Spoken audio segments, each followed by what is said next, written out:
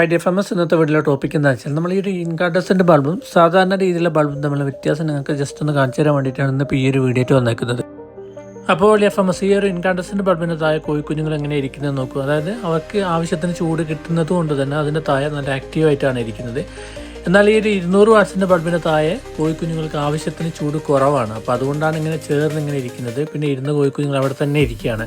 എന്നാൽ നമുക്ക് ഇവിടെ നേരെ തിരിച്ചാണ് സംഭവിക്കുന്നത്. ഓരോ കോഴിക്കുഞ്ഞുങ്ങളും വരുന്നു, അവർക്ക് ആവശ്യമായ ചൂട് അവിടെ നിന്ന് കിട്ടുന്നത് കൊണ്ട് തന്നെ പെട്ടെന്ന് തന്നെ എഴുന്നേറ്റ് പോകുന്നുണ്ട്, നല്ല ആക്റ്റീവാണ്. അപ്പോൾ നമ്മുടെ ഫാമിൽ രണ്ടും ചെയ്ത് നോക്കിയിട്ട് വ്യത്യാസം കണ്ട് മനസ്സിലാക്കിയത് കൊണ്ട് തന്നെയാണ് ഒരു ഇൻകാൻഡസൻ്റ് ബൾബാണ് നല്ലതെന്ന് പറയുന്നത്. അപ്പോൾ നിങ്ങൾക്ക് വീഡിയോയിൽ കാണാം, ഓരോ കോഴിക്കുഞ്ഞും അവിടെ വരുന്നു, നല്ല രീതിയിൽ തന്നെ ചൂട് കിട്ടുന്നുണ്ട്. അപ്പോൾ അതുകൊണ്ട് തന്നെ അവിടെ ഇങ്ങനെ കൂടി നിൽക്കുന്നില്ല.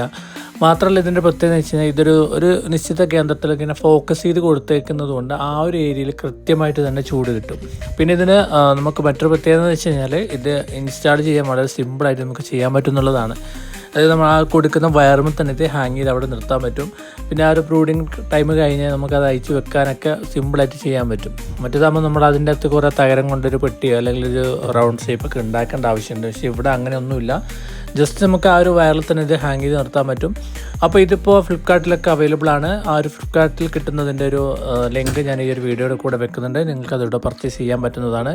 അപ്പോൾ എഫ്എംഎസ് ഈ ഒരു വീഡിയോ ഇവിടെ വൈൻഡപ്പ് ചെയ്യുന്നു. വീണ്ടും കാണാം. Thank you.